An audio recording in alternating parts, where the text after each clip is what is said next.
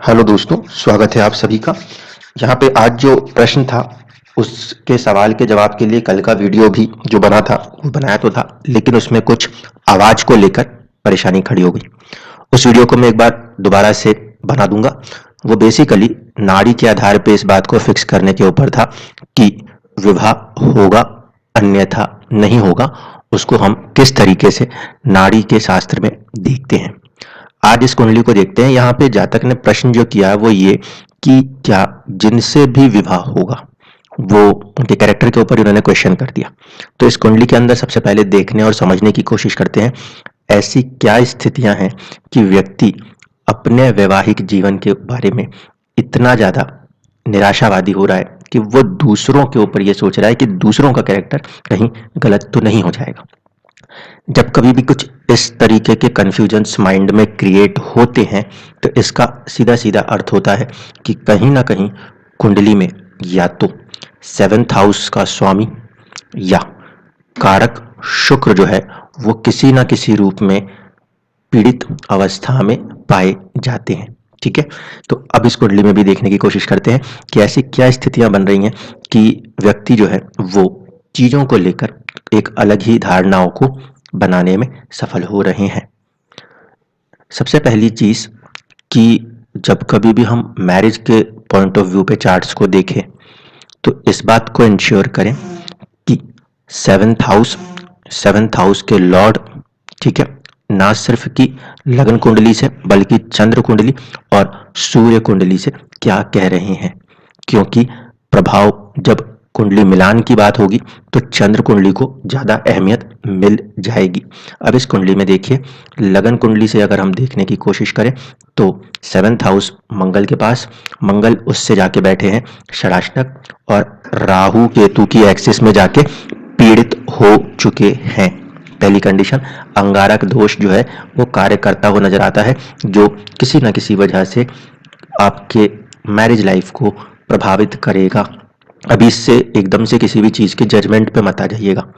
आपका individual chart ये कहता है कि हाँ, कोई ना कोई ऐसी परिस्थिति बन रही है जो आपके वैवाहिक जीवन के ऊपर प्रभाव डालने की कोशिश करेंगे। अब चंद्र कुंडली से भी जरा एक बार देखिए, तो चंद्र कुंडली से जब हम देखते हैं, सप्तम भाव के स्वामी बनते हैं शनिदेव और उनका संबंध फिर केतु के साथ हो जाएगा।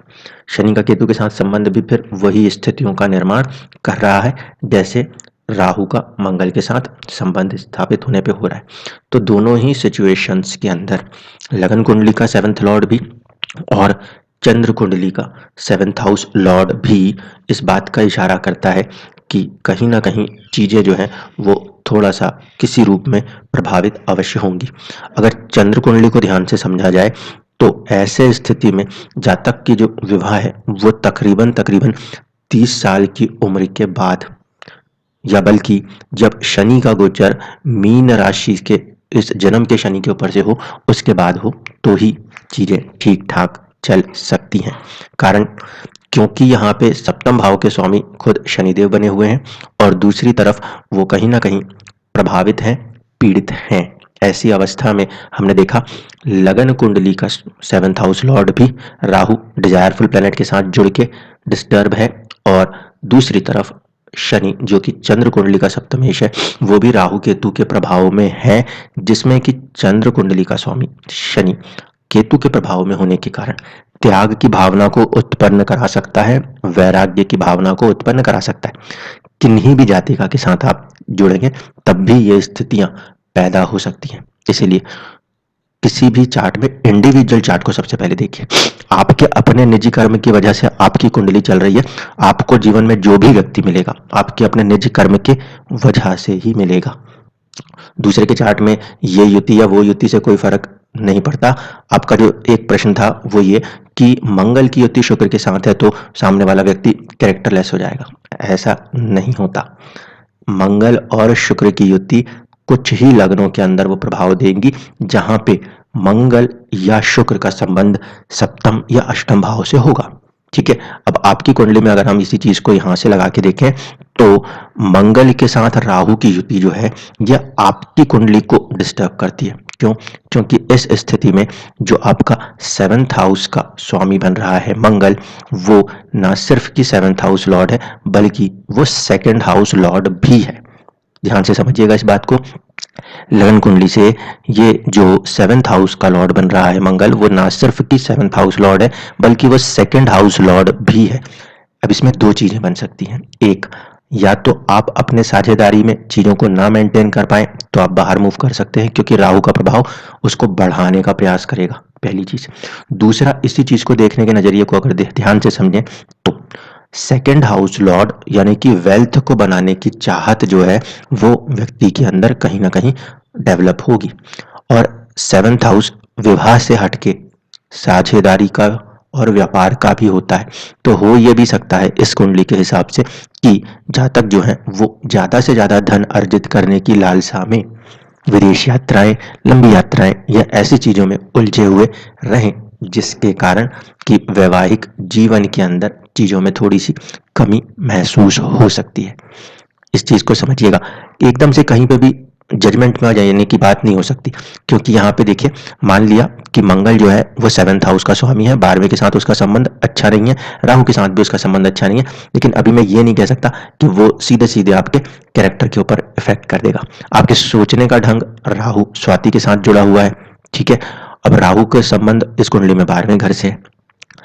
ऐसे स्थिति में या तो विदेश या हॉस्पिटल्स ऐसी चीजों के साथ जुड़ के उन्नति के अवसर ज्यादा आसानी से देखने को मिल सकते। इसलिए ये भी संभव है कि कहीं ना कहीं आप दूर हटे और उस चीजों की वजह से ये जो आपका चार्ट है वो वैवाहिक सुखों पे कुछ कमियां दिखाने लगे।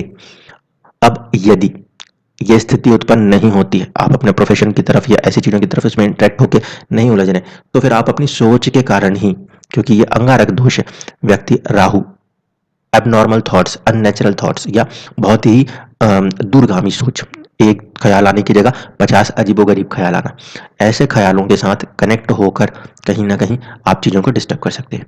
दूसरी तरफ से कुंडली पूर्ण रूप से मांगलिक प्रभाव लेकर चल रही है, जो कि और भी ज्यादा डिस्टर्बेंसेस क्रिएट करने में सक्षम है।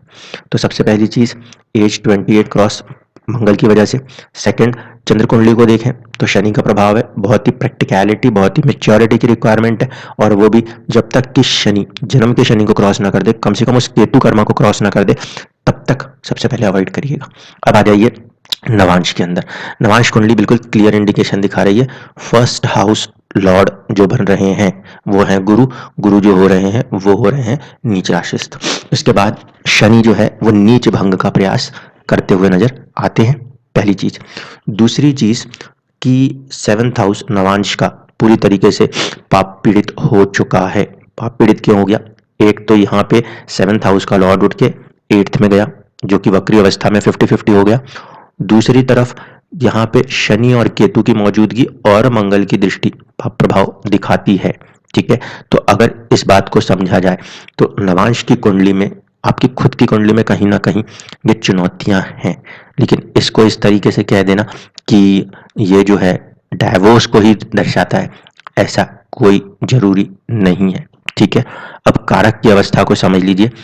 शुक्र जो कि कारक है वो इस कुंडली में मंगल की राशि में बैठे हुए हैं, अपने भाव से अष्टम होने की वजह से कहीं ना कहीं चीजों में देरी को भी दर्शाएंगे, एक चीज। लेकिन ये शुक्र 8th हाउस लॉर्ड होकर सामने जिस पे दृष्टि दे रहे हैं, जो कि शुभ कहा जा सकता है। यहाँ पे अगर हम देखें तो ये शुक्र नीच राशिस्थ गुरु से और शनि की राशि से प्रभावित हैं। ऐसी स्थिति में जो कारक है वो शनि के साथ जुड़ने की वजह से भी चीजों में देरी को दर्शाता है, ठीक है। दशा के अंदर यदि हम जाने की कोशिश करें तो इस समय आपके ऊपर नॉर्मल नेचुरल जो कंडीशन है उसमें सूर्य की दशा चल रही है, ठीक है। और सूर्य की दशा इस लगन कुंडली के हिसाब से देखें तो चंद्र राशि स्वामी होने की वजह से अच्छी कही जा सकती है, और दूसरी तरफ लाभ भाव के स्वामी के साथ जुड़ी हुई है। बाधक स्थिति है ये, ठीक है, क्योंकि 7 नंबर का लगन है। ऐसी स्थिति में 11वें भाव का स्वामी जो है वो चीजों को रोकने की कोशिश करेगा। दूसरी बात, सूर्य जिस राशि में बैठे हैं उसके स्वामी भी नीच राशि, इसीलिए सूर्य की जो दशा है वो थोड़ा सा डिस्टर्बेंसेस क्रिएट करे रखने में सक्षम होगी, पहली चीज, दूसरा, नवमांश की कुंडली में सूर्य की दशा को अगर देख रहे हैं तो वो कहाँ कनेक्ट हो रही है, छठे भाव से, जो कि शत्रुता की भावना को उत्पन्न करने में सफल हो सकती है। कब से? 2018 से 2024 तक। तो इस चीज को यहाँ पे आप इस दशा से भी ध्यान रखें। दशा का जो स्वामी चल रहा है वो कहीं ना कहीं आपके सोचने के ढंग, राहु का परम शत्रु है। दूसरा कि वो नवांश कुंडली में ऐसे भाव में बैठा हुआ है जो कि 2024 तक कहीं ना कहीं डिस्टर्बेंसेस क्रिएट रख सकता है। ठीक है, इतनी चीजें को आप यहीं से क्लियर कर लीजिए। दूसरी चीज, अगर आप देखेंगे कि इस कुंडली में दर कारक जो कि विवाह को दर्शाता है, ठीक है, जैमिनी के अंदर हम दर कारक यूज करते हैं तो वो विवाह को दर्शाता है, तो वो है यहाँ पे गुरु। और गुरु इस कुंडली में ना सिर्फ कि लगन कुंडली में नीच अवस्था में दिख रहे हैं बल्कि नवांश में भी उन्होंने उसी स्थिति को बरकरार रखा है। दूसरी तरफ यहाँ पे ध्यान से समझें तो गुरु और शनि के बीच में जो परिवर्तन हो रहा है वो कहीं ना कहीं गुरु को तो बाहर निकाल लेगा, लेकिन जब शनि को चौथे घर में बैठाएगा तो मन को दुखी रखने का कार्य करेगा ही करेगा। यहाँ पे भी यहाँ शनि के केंद्र में बैठने के कारण नीच भंग प्रभाव तो देखने को मिलेगा, लेकिन पहले वो आपके लाइफ को किसी ना किसी रूप में डिस्टर्ब जरूर रखेगा। अब मैं इसलिए इस चीज को कह रहा हूँ, सबसे मेजर फैक्टर ये है, ये हो सकता है कि आपको अपने प्रोफेशनल लाइफ रीजंस की वजह से काफी ज्यादा व्यस्त होना पड़े। अपने दिल और दिमाग से इस बात को सबसे पहले हटाइए कि आपका या किसी के साथ भी आप जुड़ रहे हैं तो उनके साथ जो है सामने वाला व्यक्ति का कोई कैरेक्टर में प्रॉब्लम है इसलिए मैरिज डिस्टर्ब हो रही है। ये पॉसिबिलिटी हो सकती है कि आपकी अपनी पर्सनल लाइफ के अंदर अपने प्रोफेशनल रीजन्स पे, प्रोफेशनल लाइफ रीजन्स पे आपको चैलेंजेस आए जिसकी वजह से मैरिज लाइफ के ऊपर उसके असर देखने को मिल सकते हैं। कारण क्या है? देखिए, जो कारक होता है कर्म का वो है शनि, और शनि का संबंध कहीं ना कहीं केतु के साथ जुड़ता हुआ नजर आता है। 7 डिग्री का शनि और 9 डिग्री का केतु, इसलिए कहीं ना कहीं ये कॉम्बिनेशन प्रोफेशनल लाइफ के अंदर किसी प्रकार के चैलेंजेस को उत्पन्न करने में सक्षम हो सकता है, क्योंकि शनि कारक है किसके? कर्म के। इस बात को ध्यान से समझिए। और यह युति शनि वाली इतनी स्ट्रांग है इस कुंडली के अंदर कि वो केतु के साथ अपने संबंध को ना सिर्फ की लगन में बल्कि नवांश में भी रिपीट कर रही है। तो ये एक बहुत स्ट्रांग कॉम्बिनेशन कहा जा सकता है।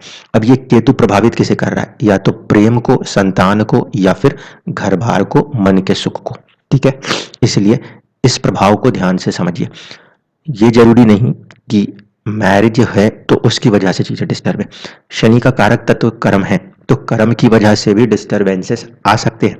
दूसरा, शनि का कारक तत्व रोग भी है, इसीलिए आपको आपकी कुंडली के हिसाब से यदि कहें तो स्वास्थ्य के प्रति भी काफी ध्यान रखना चाहिए। ऐसा नहीं है कि मैरिज को सिर्फ 1 to 1 पर्सन के तौर पे ही देख रहे हैं। लाइफ के अंदर बहुत सारी सिचुएशंस क्रिएट हो सकती हैं जो कि चार्ट्स को उस तरफ लेके जाती हो। ठीक है, तो इस बात पे थोड़ा सा गौर कीजिएगा, स्वास्थ्य के प्रति थोड़ा सा सजग रहिएगा, पहली कंडीशन। दूसरी कंडीशन जो है वो यहाँ पे ऐसी संभावनाएं ज्यादा है कि आपके अपने प्रोफेशनल लाइफ के अंदर चैलेंजेस इस तरीके के बरकरार रहें जिसकी वजह से आप समय थोड़ा कम दे सके।